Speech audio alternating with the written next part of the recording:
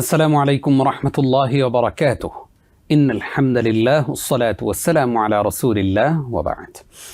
প্রিয় দর্শক শ্রোতা, আমেরিকা সহ পৃথিবীর যে প্রান্ত থেকেই এই মুহূর্তে আপনারা TBN 24 টেলিভিশন দেখছেন, আপনাদের সকলকে আন্তরিক মোবারকবাদ জানিয়ে TBN 24 টেলিভিশনের জুমাবারের বিশেষ আয়োজন ইসলামী সমাধানের আজকের পর্ব শুরু করছি। আমি নিজাম বিন মহিব। প্রিয় দর্শক শ্রোতা, জুমার দিনের এই সময়টাতে আমরা সূরা কাহাফ তিলাওয়াত করব। আমরা বেশি বেশি রাসূল সাল্লাল্লাহু আলাইহি সাল্লামের প্রতি দুরূদ পড়ব এবং জুমার দিনে বিশেষ করে আমরা আল্লাহর কাছে দোয়া করব ইনশাআল্লাহ। TBN 24 প্রতি জুমাবারেই আয়োজন করে থাকে আমাদেরকে জ্ঞানের আলোয়, প্রকৃত জ্ঞানের আলোয় আলোকিত করবার জন্য, যেন আমরা আমাদের নিজেকে শুধরাতে পারি, পরিবারকে শুধরাতে পারি, পাশাপাশি সমাজকে আলো বিলাতে পারি। আর সেই জন্যই আমাদের এই আয়োজন। আল্লাহ যেন আমাদের এই আয়োজনে এই পর্যন্ত যতজন স্কলার কথা বলেছেন, যতজন দর্শক কথা শুনেছেন, আমল করেছেন, যতজন উপস্থাপনা করেছেন, আল্লাহ যেন সবাইকে কবুল করেন। এর বিনিময়ে যেন আল্লাহ রাব্বুল আলামিন আমাদের সবাইকে মাফ করে দেন, আমিন। প্রিয় দর্শক, আজকের পর্বে আপনাদেরকে স্বাগত জানাই এবং আজকের এই গুরুত্বপূর্ণ এপিসোডে আমাদের সম্মানিত স্কলার আমাদের এই স্টুডিওতে এসেছেন। আমাদের আমন্ত্রণ গ্রহণ করে স্টুডিওতে এসেছেন পৃথিবীর বাংলা ভাষাভাষী মানুষের কাছে অত্যন্ত জনপ্রিয় স্কলার, বিশিষ্ট শিক্ষাবিদ, গবেষক, লেখক ফদিলাতুশ শেখ প্রফেসর ডক্টর মোহাম্মদ মনজুর ইলাহি। আসসালামু আলাইকুম রহমতুল্লাহ। ওয়ালাইকুম আসসালাম ওয়া রাহমাতুল্লাহি ওয়া বারাকাতুহু। স্যার, কেমন আছেন? আলহামদুলিল্লাহ। আমরা জানি আপনি অনেক ব্যস্ততার মাঝেও আজকে আপনি সরাসরি স্টুডিওতে এসে আমাদেরকে সময় দিচ্ছেন। আল্লাহ শুকরিয়া আদায় করছি এবং শুরুতেই আপনার প্রতি কৃতজ্ঞতা আদায় করছি। আপনাদেরকে অনেক অনেক ধন্যবাদ। বারাকাল্লাহ ফিক।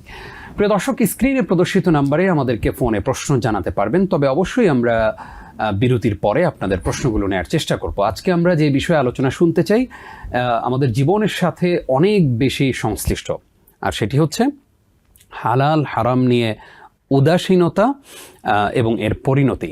আমরা জানি যে আমাদের পরিবারের যারা কর্তা ব্যক্তি আছেন, তারা যে ইনকাম করেন, অনেক সময় আমরা উদাসীন থাকি যে আমার সেই ইনকামের সাথে হারাম মিশ্রিত হচ্ছে কিনা, অথবা আমার এই ইনকামটা পরিপূর্ণ হালাল কিনা, সেই বিষয় নিয়ে আমাদের অনেক সময় উদাসীনতা থাকে।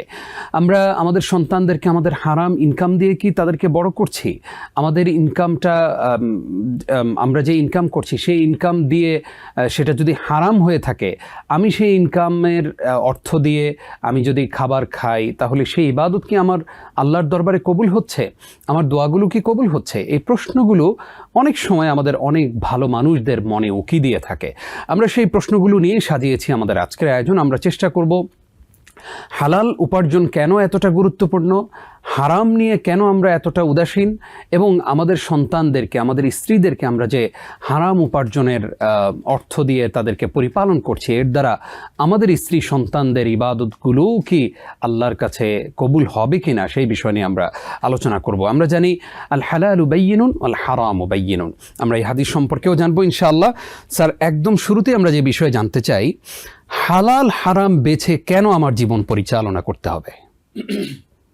বিসমিল্লাহ, আলহামদুলিল্লাহ, ওয়াসসালাতু ওয়াসসালামু আলা রাসূলিল্লাহ ওয়া আলা আলিহি ওয়া আসহাবিহি ওয়া ওয়ালা।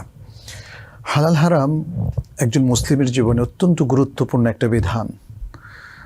তার মুআমালাত এবং ব্যবহারিক জীবনের যতটা দিক আছে, প্রত্যেকটা দিকেই তাকে এটা কি হালাল কিনা এটা তাকে চিন্তা করতে হবে। কারণ হারামের সাথে সম্পৃক্ত হওয়া, এটার কোনো অনুমতি ইসলামে নাই। হালাল হারাম আমাদের জন্য আরও বেশি গুরুত্বপূর্ণ, কারণ হালাল হারামের বিধান একমাত্র আল্লাহ সুবহানাহু ওয়া তাআলার পক্ষ থেকে আসে এবং আল্লাহ সুবহানাহু ওয়া তাআলা এটা নির্ধারণ করে দেন কোনটা হালাল আর কোনটা হারাম। মূলত আল কোরআনে এবং আস সুন্নাহ আমরা যেটা দেখি, আল্লাহ সুবহানাহু ওয়া তাআলার পক্ষ থেকে তিনি স্বয়ং নিজে হয়তো কোরআনে অথবা নবী সাল্লাল্লাহু আলাইহি ওয়াসাল্লামের মাধ্যমে আমাদের কাছে হারাম কোন কোন জিনিস এটাকে নির্ধারণ করে দিয়েছেন, আর এর বাইরে বাকি জিনিসগুলো হচ্ছে হালাল। তো হালাল এবং হারাম নির্ধারণ করার অধিকার একমাত্র আল্লাহর। এটা আসলে আল্লাহ সুবহানাহু ওয়া তাআলার রুবুবিয়তের পার্ট। তিনিই হচ্ছেন আল মুহাল্লিল ওয়াল মুহাররিম। তিনি হচ্ছেন হালাল নির্ধারণকারী একমাত্র অথরিটি এবং কর্তৃপক্ষ, আর হারাম নির্ধারণকারী একমাত্র অথরিটি এবং কর্তৃপক্ষ। ফলে আল্লাহর যে কোনো বান্দাদের জন্য এটা ফরজ যে তিনি যা হারাম করেছেন সেটাকে অবশ্যই বর্জন করতে হবে। আর এই কারণেই তাকে হালালের সীমারেখা জানতে হবে এবং এই সীমারেখার মধ্যেই তার ব্যবহারিক জীবনের সকল কর্মকাণ্ড পরিচালিত করতে হবে। এটা শুধু ইনকামের বিষয় নয়, জি, এটা খরচ করারও বিষয়। জি, তাকে হালাল ইনকাম করতে হবে, হালালভাবে খরচ করতে হবে, এবং দৈনন্দিন আরও যে সকল কাজ আমরা করে থাকি সেখানেও হালাল হারাম বাছবিচার করেই আমাদেরকে চলতে হবে। যেমন আমি আজকে যে কাজগুলো করছি আমার রিক্রিয়েশনের জন্য, আমার আনন্দ উল্লাসের জন্য, সেটা কি হালাল কিনা? মানুষ যা ইচ্ছা তাই করার অধিকার আসলে মানুষের নাই। কারো ইচ্ছা করছে আরেকজনকে মেরে ফেলার, এটা তো সে পারবে না। আরেকজনকে একটা ঘুষি মারার ইচ্ছা করছে, কারো ইচ্ছে করছে হয়তো কোনো অনৈতিক কাজ করার, অনৈতিক প্রস্তাব দেওয়ার, এটা তো হবে না। কারো ইচ্ছে করছে ঘুষ খাওয়ার, এটা তো হবে না। কারো ইচ্ছে করছে চুরি করা, কারো ইচ্ছে করছে ডাকাতি করা, কারো ইচ্ছে করছে ছিনতাই করা, তাই না? এই সমাজের মধ্যে বহু কাজকর্ম আছে যেখানে আসলে ব্যক্তি যা ইচ্ছা তা করতে পারে না। এটা স্বেচ্ছাচারিতা এখানে চলে না। এখানে রেস্ট্রিকশন এসেছে আল্লাহ সুবহানাহু ওয়া তাআলার পক্ষ থেকে, রেস্ট্রিকশন এসেছে নবী সাল্লাল্লাহু আলাইহি ওয়াসাল্লামের পক্ষ থেকে। মূলত নবী সাল্লাল্লাহু আলাইহি ওয়াসাল্লাম আল্লাহর পক্ষ থেকে যে নির্দেশনা এসেছে সেটাই তিনি প্রয়োগ করেন। আর এর বাইরে আজকের আধুনিক বিশ্বেও আমরা দেখি বিভিন্ন রাষ্ট্র, বিভিন্ন প্রতিষ্ঠান তারা নিজেদের কিছু আইন কানুন জারি করেছে এবং সেখানে রেস্ট্রিকশন এসেছে, তাই না?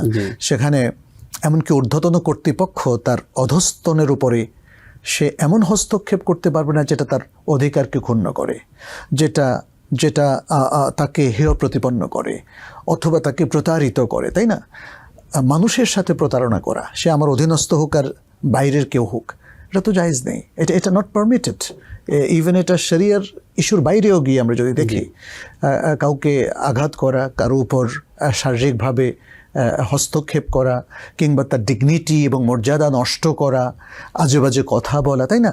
তাহলে দেখা যাচ্ছে যে আমাদের ব্যবহারিক জীবনের মধ্যে এমন কিছু আছে যেগুলো আমরা করতে পারি।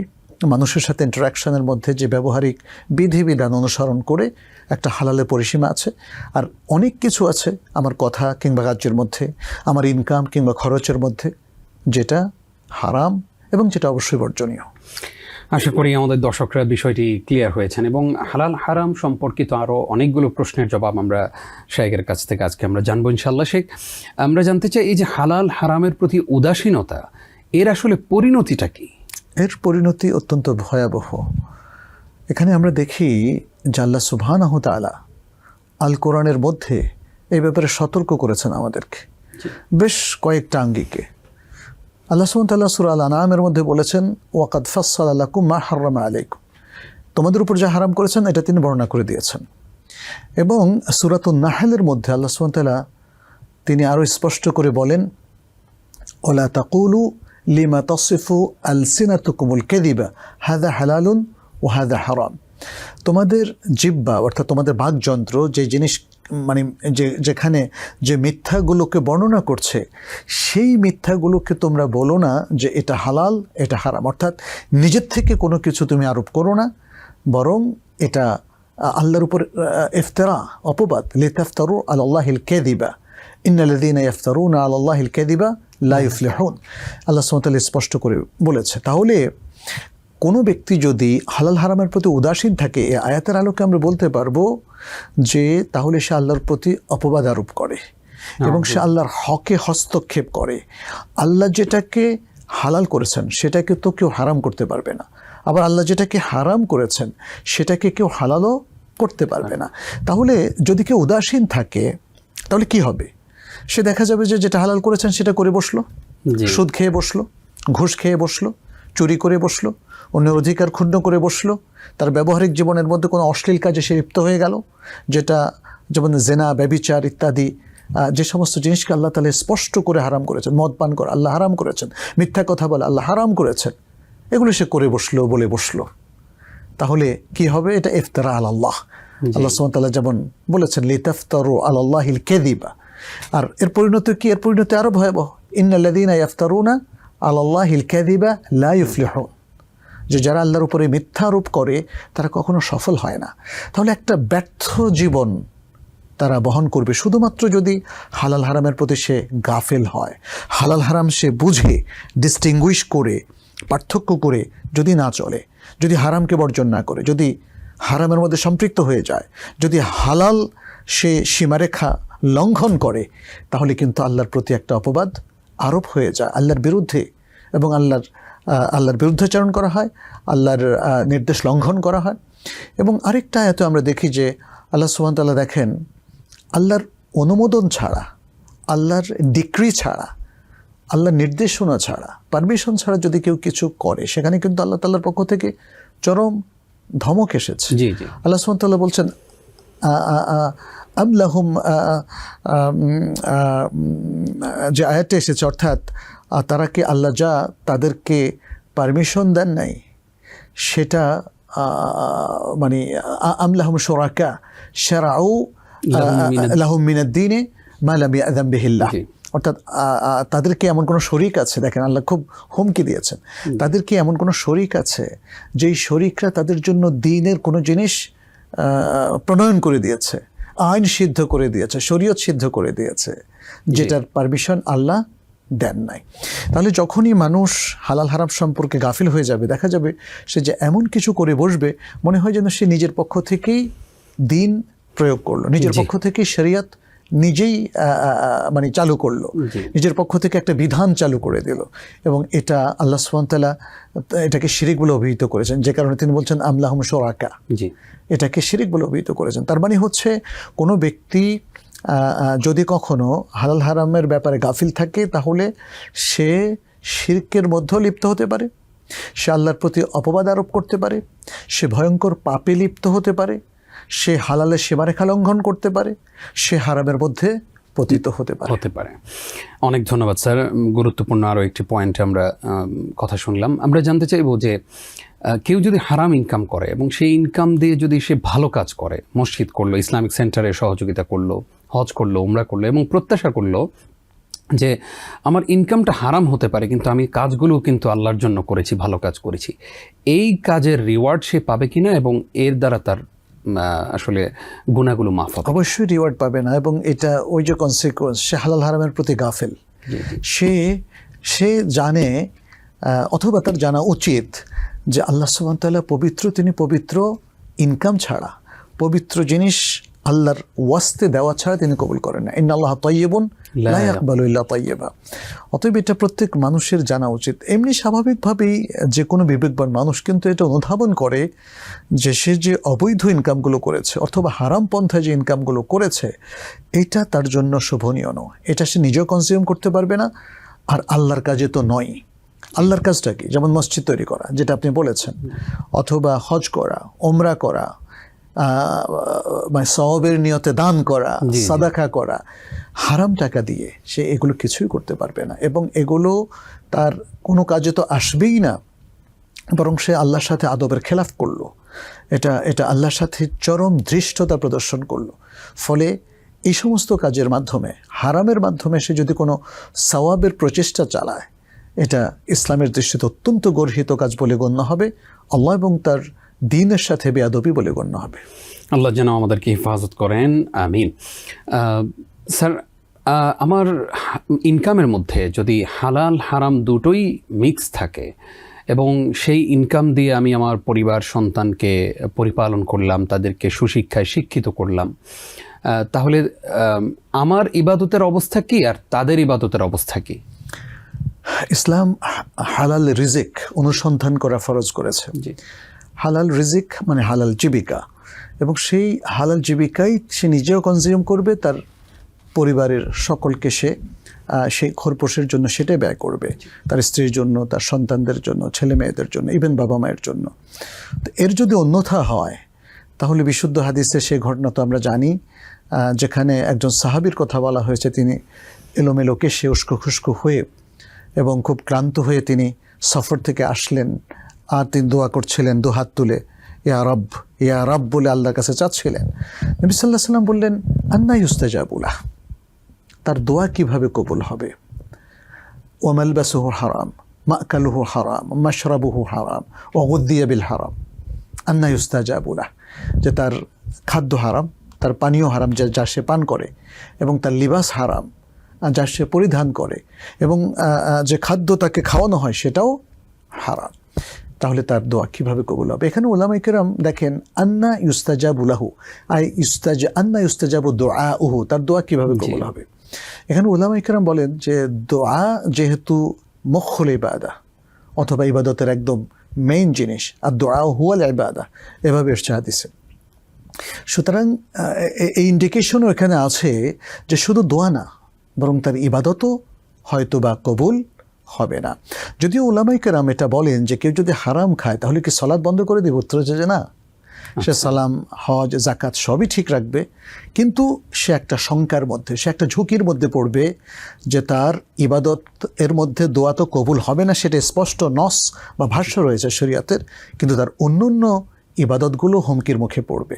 এবং শুধু সে না, তার পরিবারের সবাই যারা এই হারাম ভক্ষণ করছে, হারাম দিয়ে তার রক্ত, মাংস, তার সব কিছু তৈরি হচ্ছে, কারণ মানুষ তো খাদ্য খাওয়ার কারণেই তো তার রক্ত তৈরি হয়, তাই না? এবং সেখান থেকে সে বাড়ে, তার ওজন বাড়ে, তার গোশ বাড়ে ইত্যাদি।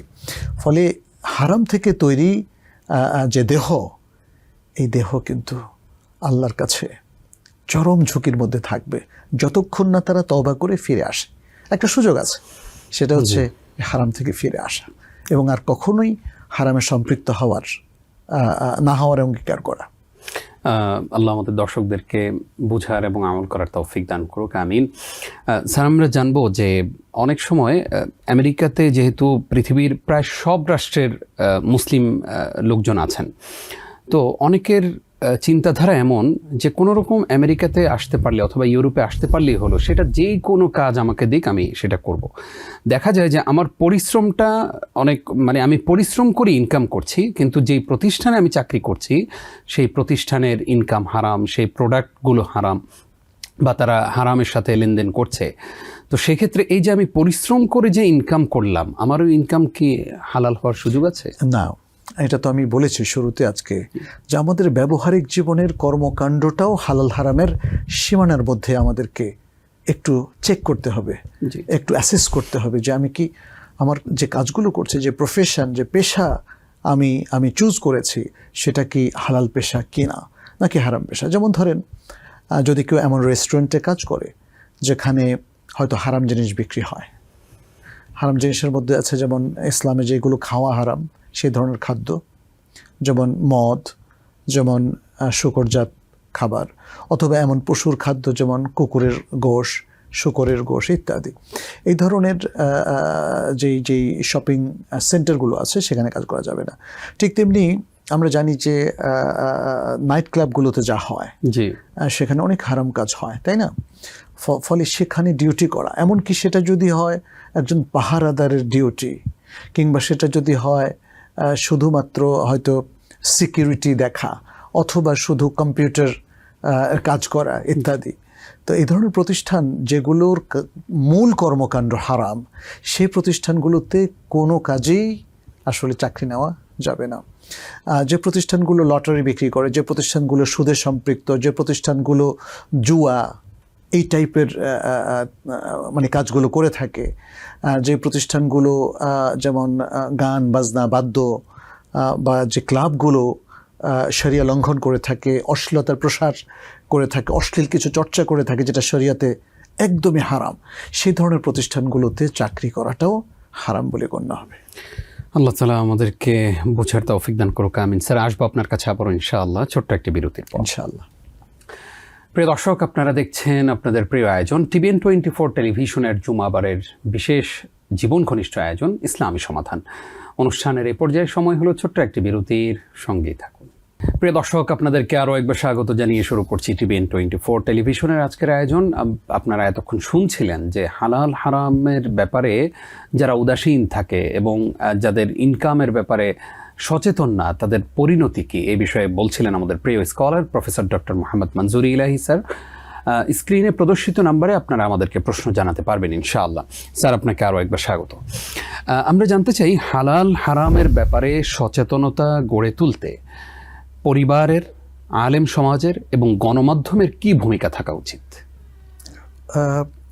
এই যে আজকে আমরা কাজ করছি, এটাও একটা প্রচারণামূলক, তবে এই ব্যাপারে সচেতনতা বৃদ্ধির জন্য আরও অনেক কিছু এখানে মানে আসা প্রয়োজন।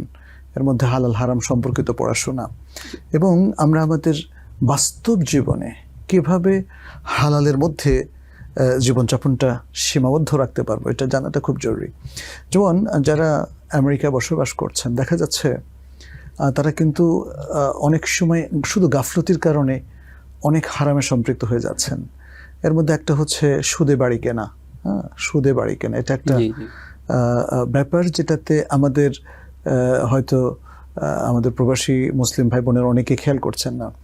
একের পর এক বাড়ি কিনছেন, কিন্তু সবগুলো কিন্তু ক্রেডিটে, অন ক্রেডিটে এবং ইন্টারেস্টে। এটা একটা। সেকেন্ড হচ্ছে প্রচুর ক্রেডিট কার্ড ইউজ করা। আমরা কিন্তু আমাদের অনেক আলোচনায় বলেছি, ইউটিউবের আলোচনা কিংবা অন্যত্র যখনই এই প্রসঙ্গে আলোচনা আসে আমরা বলেছি যেন আমাদের মুসলিম ভাইয়েরা যারা হালালের মধ্যে থাকতে চান তারা ডেবিট কার্ড ইউজ করবেন। আমরা জানি যে বর্তমান অর্থনীতি এটা সুদ নির্ভর, ফলে তারা ক্রেডিট সিস্টেমটাকে এস্টাবলিশ করতে চায়। ফলে ক্রেডিট কার্ডে বহু ধরনের অফার থাকে যেটা ডেবিট কার্ডে প্রায় থাকে না বললেই চলে। অথচ কারণ হচ্ছে পৃথিবীর অর্থনৈতিক সিস্টেমটা ক্রেডিট নির্ভর এবং মানে এখানে আরো অনেকগুলো ইস্যুজ আছে, সেটা আমি এখন আলোচনা নাই করলাম। তাহলে এখানেও আমাদের কিন্তু হালাল হারামের ব্যাপারটা একটু বেছে চলার ব্যাপার আছে। আপনি অনেককে আমি বলতে শুনেছি, বলছে আমার ক্রেডিট কার্ড প্রয়োজন বিকজ আমাকে অনলাইনে টাকা পে করতে হবে, কিন্তু আপনি ডেবিট কার্ডেও কিন্তু পে করতে পারছেন। হ্যাঁ, তো এরকম চাকরি আপনার প্রয়োজন, আপনি হয়তো একটু কঠিন অবস্থা আছেন, আপনি যে কোনো চাকরিতে ঢুকে পড়বেন, এটা হবে না, কিন্তু এটা জায়েজ হবে না। এক। দ্বিতীয়ত হচ্ছে আপনি একটা বৈধ চাকরিতে আছেন, বৈধ চাকরিতে অনেক বেতন হওয়া হয়তো অনেক সময় কঠিন। আপনি একটা মিডিয়াম ক্যাটাগরির চাকরি করছেন, এখন আপনি একটা খুব ভালো লুক্রেটিভ চাকরিতে যেতে চান, দেখা যাবে যে সেখানে অনেক হারাম সম্পৃক্ত আছে, আপনার যাওয়াটা ঠিক হবে না। আপনি যদি যান নিজের ক্যারিয়ারের কথা, অনেক টাকার কথা ভেবে, তাহলে কিন্তু আপনি কি করলেন, আপনি হালাল হারামের বিষয়টাকে একদম ইগনোর করলেন, উপেক্ষা করলেন, গাফেল থাকলেন। তো এইভাবে দুনিয়ার জীবনে টাকা ইনকাম করার জন্যে, জৌলুসের জন্যে কিংবা প্রচুর টাকার মালিক হওয়ার জন্য, সুন্দর বাড়ি মালিক হওয়ার জন্য, সুন্দর গাড়ির মালিক হওয়ার জন্য আমরা অনেকেই কিন্তু হালাল হারামের কথা ভুলে যাই। তো আমাদের জীবনের প্রত্যেকটা ক্ষেত্রে আপনি দেখবেন হালাল হারামের ইস্যুটা জড়িত আছে এবং আমাদের অনেকেই এগুলোর একদমই ধার ধারে না। আমি যদি পোশাকের কথায় আসি তাহলে দেখবো সেখানেও কিন্তু হালাল হারাম আছে, তাই না? নারীর পোশাক, তাকে অবশ্যই হালাল পোশাকই পরিধান করতে হবে যাতে তার হিজাবটা মেনটেন হয়। সে হিজাব লঙ্ঘন করে যদি এমন পোশাক পরে যেটা ওয়েস্টার্ন পোশাক, সেটা তো ইসলাম অ্যালাউ করবে না। পরিবার থেকেই আসলে এই জায়গায়, ঠিক ছেলেদের ক্ষেত্রেও তাই। আমাদের অনেক তরুণ ছেলে সন্তান তারা পাঙ্ক হয়ে যায়, চলাফেরা তাদের দেখলে মনে হয় না মুসলিম ঘরের সন্তান। তার এই চলাফেরা এটা যদি অমুসলিমদের আদলে হয়, তাদের মডেলকে ফলো করে, তাদের পোশাকের মডেল, তাদের দৈনন্দিন জীবনের মডেল, তাদের চলাফেরার মডেল, তাহলে কিন্তু আমরা হারামের সাথে সম্পৃক্ত হয়ে যাচ্ছি। অতএব এই জায়গাগুলোতে আমাদের সচেতন হওয়াটা খুবই খুবই জরুরি। এখানে আপনি যেটা বললেন যে পারিবারিক শিক্ষাটা খুব ইম্পর্টেন্ট, এমনকি অনেক বাবা মা নিজেই তো গাফেল, তাইলে সন্তানকে কিভাবে পারিবারিক শিক্ষা দেবে? অতএব পার্সোনাল স্টাডি এবং কোরআন হাদিসের সাথে কানেকশান এবং স্কলারদের সাথে উঠা বসা, বিশেষ করে নর্থ আমেরিকা, ইউরোপে ইসলামিক সেন্টারগুলোর সাথে যাতায়াত, ইসলামিক সেন্টারের যারা ডিরেক্টর আছেন, ইমাম আছেন, খতিব আছেন, তাদের সাথে বন্ধুত্ব এবং তাদের লেকচারগুলো শোনা, পারিবারিকভাবে তাদের সাথে একটু কানেক্টেড থাকা, তাহলে কালচারটা কিন্তু ইসলামিক কালচারটা থাকবে এবং হালাল হারামের প্রতি তাদের গাফলতি কমে যাবে ইনশাআল্লাহ। ইনশাআল্লাহ, আমরাও সেই প্রত্যাশা করছি। স্যার, অনেক পরিবার আছে যে পরিবারে স্বামী হালাল হারাম এতটা বেছে চলেন না, কিন্তু স্ত্রী চান যে আমার স্বামী যেন পরিপূর্ণভাবে হালালের উপরে থাকেন, পরিবারের সন্তানরাও সেটা চায়। এই জায়গায় কোনো স্ত্রীর পরিবারের কর্তা ব্যক্তি যিনি আছেন, স্বামী হতে পারে, ভাই হতে পারে, তো সেই বোনের বা স্ত্রীর বা মায়ের তার সন্তানের প্রতি কি দাবি থাকতে পারে, বা আমাদের পরিবারের বোনেরা তাদের পরিবারের যারা কর্তা আছে তাদের কাছে হালাল হারাম বেঁচে চলার ব্যাপারে কি অনুরোধ বা কি দাবি এই জায়গায়? এটা জিরো টলারেন্স। তবে তার মানে এই নয় যে আমি বলবো যে ঝগড়া করেন না, এটা তো একটা আলোচনার বিষয়। পরিবারে আর যে কোনো মানে সমস্যার মতো এটা একটা ভয়াবহ সমস্যা আমি মনে করি। মানে সমস্যা শুধু যে মতের মিল হচ্ছে না এটা না, জি জি, সমস্যা হচ্ছে একটা মুসলিম পরিবার হারামের সাথে সম্পৃক্ত থাকতে পারে না। জি, এবং আপনি যেটা বললেন একজন বোন সেটা রিয়েলাইজ করছে কিন্তু তার হাজবেন্ড রিয়েলাইজ করছে না, এটা একটা ডিজাস্টার। অতএব এখানে এই বোনকে অবশ্যই তার হাজবেন্ডের সাথে নেগোশিয়েট করতে হবে।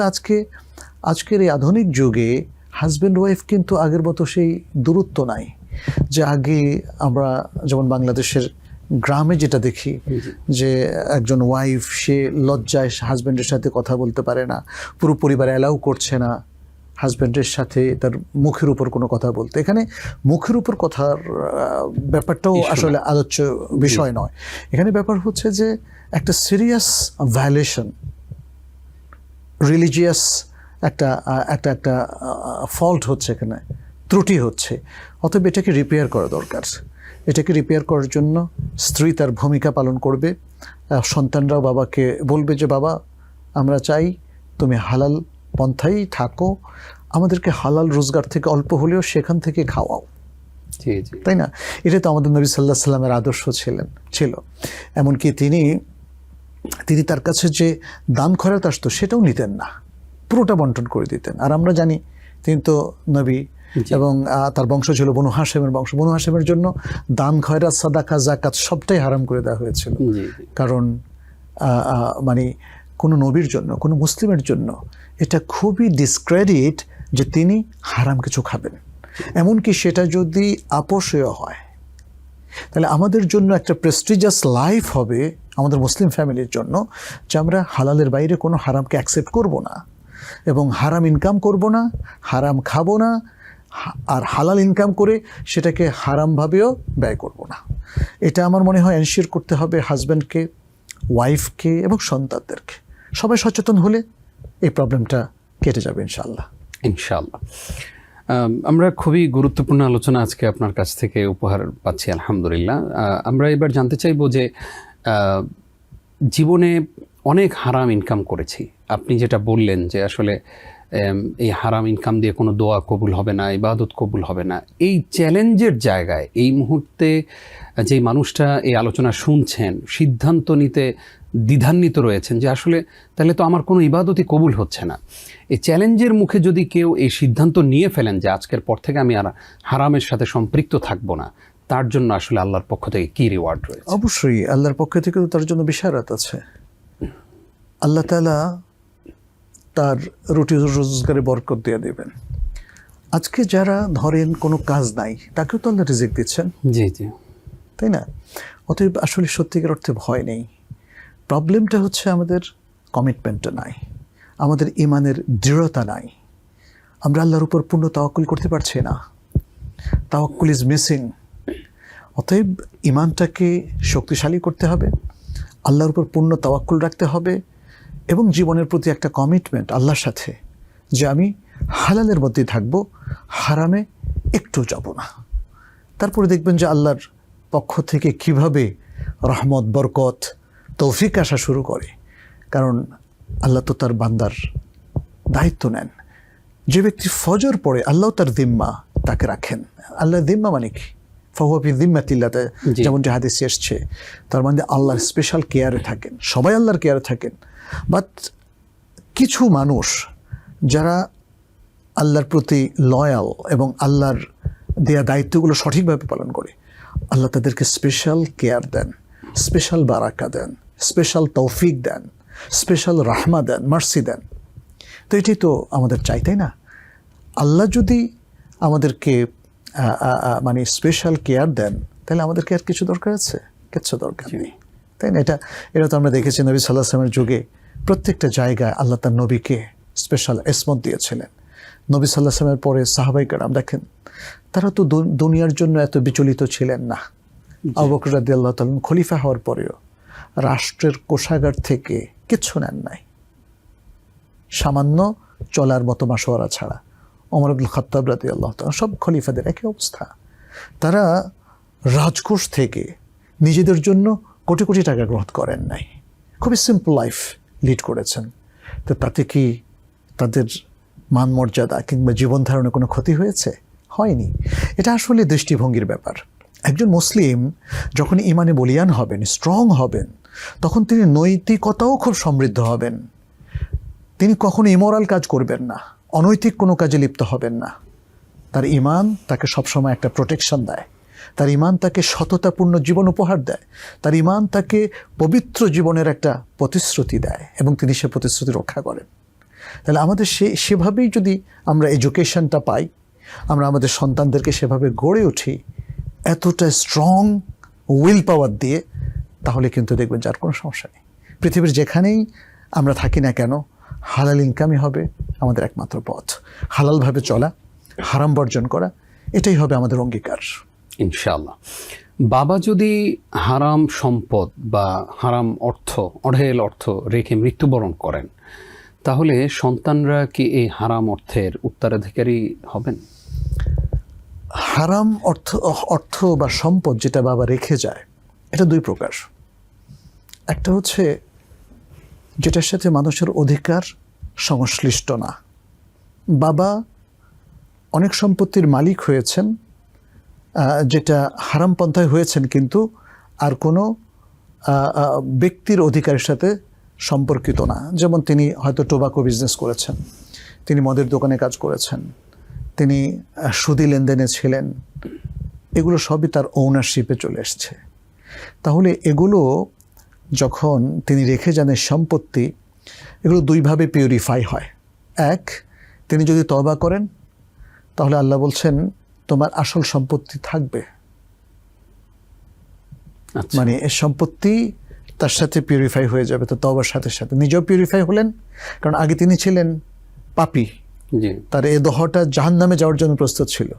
এখন তওবার কারণে তিনিও পাপমুক্ত হয়েছেন, তার সম্পদও পাপমুক্ত হয়েছে। ফলে এই সম্পত্তির এইভাবে পিউরিফাই হলো। আর দ্বিতীয় পিউরিফাই হবে এটা ট্রান্সফরমেশনের মধ্য দিয়ে। তিনি মারা গেলে তার এই সম্পত্তি তার সন্তানরা মালিক হবে, কারণ এই সম্পত্তির আর তো কোনো দাবিদার নাই। কিন্তু পাপটা কার হবে? যিনি মারা গিয়েছেন।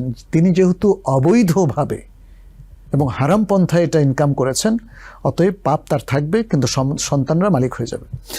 হারামের দ্বিতীয় প্রকারটা হচ্ছে যেটা অন্যদের সম্পদ, অন্যদের অধিকার এর উপর বর্তায়। যেমন তিনি যদি ছলে বলে কৌশলে অন্যদের সম্পত্তি দখল করেন, তিনি যদি জনগণের টাকা দখল করেন, আত্মসাৎ করেন, অন্য মানুষের অধিকার, তার শরিকের অধিকার, ব্যবসায়িক পার্টনার, এভাবে নানা পন্থায় বা ঘুষের টাকার মধ্য দিয়ে যে টাকার তিনি মালিক হয়েছেন, এটা আসলে কোনোদিন তার ওনারশিপে আসে নাই। ফলে এই টাকাগুলোর মালিক কিন্তু তার বংশধররা হবে না। এই টাকাগুলো তাদেরকে যদি মূল মালিক পাওয়া যায়, চেষ্টা করে দেখতে হবে মূল মালিক পাওয়া যায় কিনা, তাদের কাছে পৌঁছে দেওয়া। আর যদি তাদের পক্ষ থেকে তাদেরকে পাওয়া না যায়, তাহলে তাদের পক্ষে সাদাকা করে দেওয়া যেতে পারে। হ্যাঁ, এটা করা যেতে পারে, এবং সে সাদাকা করবেন তারা গরিব মিসকিনদেরকে, অথবা জনকল্যাণে তাদের পক্ষ থেকে সাদাকার নিয়ত করে, নিজের পক্ষ থেকে তো সওয়াবের নিয়ত করা যাবে না, তাদের পক্ষ থেকে সাদাকার নিয়ত করে এটা জনকল্যাণে ব্যয় করা যাবে ইনশাআল্লাহ। খুবই গুরুত্বপূর্ণ একটি মাসালা বা বিষয় জানলাম আমরা। স্যার, অনেক মানুষ আছে আলহামদুলিল্লাহ আপনাদের লেকচার শুনতে শুনতে তারা পরিবর্তন হয়ে গেছেন, কিন্তু সমস্যাটা বাধে তারা যখন বিয়ে শাদী করেন। সেই যুবকেরা বিয়ে শাদীর পরে পারিবারিক চাপে, শ্বশুর বাড়ির চাপ হতে পারে, সেটা তার স্ত্রীর পক্ষ থেকে হতে পারে, যে না তোমার এই ইনকামে তো হচ্ছে না, মানে অল্পতে আর তুষ্ট থাকছে না স্ত্রী। সেই ক্ষেত্রে অনেক সময় অনেক পুরুষেরা বাধ্য হয়ে হারাম ইনকাম করেন। তাহলে এই গুনাহটা আসলে কার হবে? দুজনেরই হবে। কারণ স্ত্রী টেম্পট করেছিল, স্ত্রী তাকে অনেকটা বাধ্য করেছে, বা তার উপর তাকে ওই দিকে চালিত করেছে। ফলে যিনি খারাপ কাজের দিকে পরিচালিত করেন, তিনিও কিন্তু সম অপরাধী। আর কেউ যদি আপনাকে বা আমাকে খারাপ কাজে পরিচালিত করেন, আর আমরা পরিচালিত হব, সেটা তো আমার ইচ্ছাই হয়েছে। জি। অতএব এক্ষেত্রে দুজনেই সমান অংশীদার, এবং এই অংশীদার হওয়ার কারণে দুজনেই সমানভাবে পাপী হবেন। তাহলে এক্ষেত্রে আসলে আমাদের স্ট্যান্ডটা কি থাকতে পারে পুরুষ? না, এখানে অবশ্যই আমার আপনজনও যদি আমাকে কোনো পাপ করতে বলে আমি করব না। কেন পাপ করব? আমি কোনো হারামে সম্পৃক্ত হতে বলে হব না, তাই না? জি জি। এটাই তো ইমানের দাবি। তার মানে হচ্ছে আসলে আমাদের ইমান চর্চায় বা ইমানের জ্ঞানে আমাদের ত্রুটি আছে, ইমানের তারবিয়তে আমাদের ত্রুটি আছে। ফলে এই জায়গাটা আমাদের স্ট্রং করতে হবে। আমরা সারা পৃথিবীর কোনো অন্যায়ের সাথে কম্প্রোমাইজ করব না, এটাই আমাদের ইমান বলে। আমরা তাওহীদকে ভাঙব না, আমরা ইমানকে নষ্ট করব না, আমরা আমাদের নৈতিক অবস্থানকে বিসর্জন দেব না, তাই না? এটাই তো আমাদের ইমান বলে। এটাই একজন মুসলিমের সঠিক তারবিয়া হওয়া উচিত। আমার মনে হয় এইভাবে যদি আমরা এডুকেটেড হই এবং এইভাবেই যদি আমরা আমাদের জেনারেশনকে, আমাদের সন্তান, পরিবার পরিজনকে প্রশিক্ষিত করি, একটা সুন্দর কালচার এভাবে তৈরি করি, মুসলিমদের ফ্যামিলি কালচার, তাদের সোশ্যাল কালচার যদি এভাবে তৈরি হয়, তাহলে দেখবেন যে মানুষের মধ্যে সে দৃঢ়তা চলে আসবে। তারা আর কখনো হারামে সম্পৃক্ত হবে না, ইচ্ছা করে ভুলে বিভ্রান্তিতে হয়ে যাবে, তখন তারা তওবা ইস্তেগফার করবে। এটা আরেকটা নিয়ম।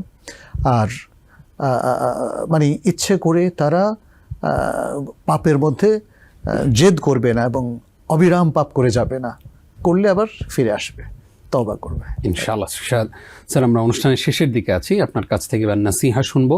আমাদের যুব সমাজকে আপনি নাসিহা করবেন, যারা সামনে ইনকাম করবে তাদেরকে কি নাসিহা করবেন? তারা কিভাবে হালাল হারাম বেঁচে চলবে? যুব সমাজের জন্য আজকের পুরো অনুষ্ঠানটাই তাদের জন্য নাসিহা, এবং তাদেরকে আমরা বলবো যে একটা পবিত্র জীবন যার অঙ্গীকার আল্লাহ তাআলা কোরআনে আমাদেরকে করেছেন মোমেন নর নারীদের প্রতি, এবং বলছেন তাকে সে যদি কোনো আমলে সালেহ করে তাহলে আল্লাহ তাআলা তাকে হায়াতে তয়্যিবা দিবেন। তাহলে আমাদের তরুণদের জন্য একটাই নাসিহা, তারা যাই করে সেটা যেন আমলে সালেহ হয়, সৎ কাজ, সৎ জীবনযাপন, এবং এর মাধ্যমেই তারা একটা পবিত্র জীবন পাবে। সুতরাং পবিত্র জীবনের সে অঙ্গীকার পূর্ণ করার জন্যে, আল্লাহর পক্ষ থেকে প্রাপ্ত হওয়ার জন্যে তারা ঈমান এবং আমলে সালেহের মধ্যেই যেন জীবনটা কাটাতে পারে। তাদের সমস্ত চাকরি বাকরি, পেশাগত জীবন সব কিছুকে তারা একটু অ্যাসেস করে দেখবে। তারা সব কিছু তো পারে এখন, এআইও চলে এসছে, এআইয়ের যুগ, তাই না? অ্যাসেস করে দেখবে তার এই আমলটা আমালে সালেহের মধ্যে পড়ে কিনা। অনেক অনেক শুকরিয়া স্যার, অনেকগুলো বিষয় জানলাম। কষ্ট করে আজকে আমাদেরকে জ্ঞানের আলোয় আলোকিত করবার জন্য আপনাকে ধন্যবাদ জানাচ্ছি। আপনাকে অশেষ শুকরিয়া। বারাকাল্লাহু ফিক। প্রিয় দর্শক, এতক্ষণ যারা আমাদের সঙ্গে ছিলেন, নিশ্চয়ই জীবন ঘনিষ্ঠ একটি গুরুত্বপূর্ণ সেশন আপনাদেরকে আমরা উপহার দিতে পেরেছি। আশা করি এটা বারবার শুনবেন, প্রতিটা পয়েন্ট আপনার সন্তানদেরকে শোনাবেন, আপনার স্বামীকে শোনাবেন, আপনি আপনার স্ত্রীকে শোনাবেন। নিশ্চয়ই পরিবার থেকেই আলো জ্বেলে উঠবে ইনশাআল্লাহ। আজ এই পর্যন্তই। হাযা মা ইনদি ওয়াল ইলমু ইনদাল্লাহ। আসসালামু আলাইকুম ওয়া রাহমাতুল্লাহ। فاسألوا أهل الذكر إن كنتم لا تعلمون। টিবিএন 24 টেলিভিশন দেখতে আজই কল করুন 7187776556। লগ ইন করুন www.totalcablebd.com। নিউ ইয়র্ক থেকে সম্প্রচারিত টিবিএন 24 টেলিভিশন বিশ্বজুড়ে বাঙালির কণ্ঠস্বর।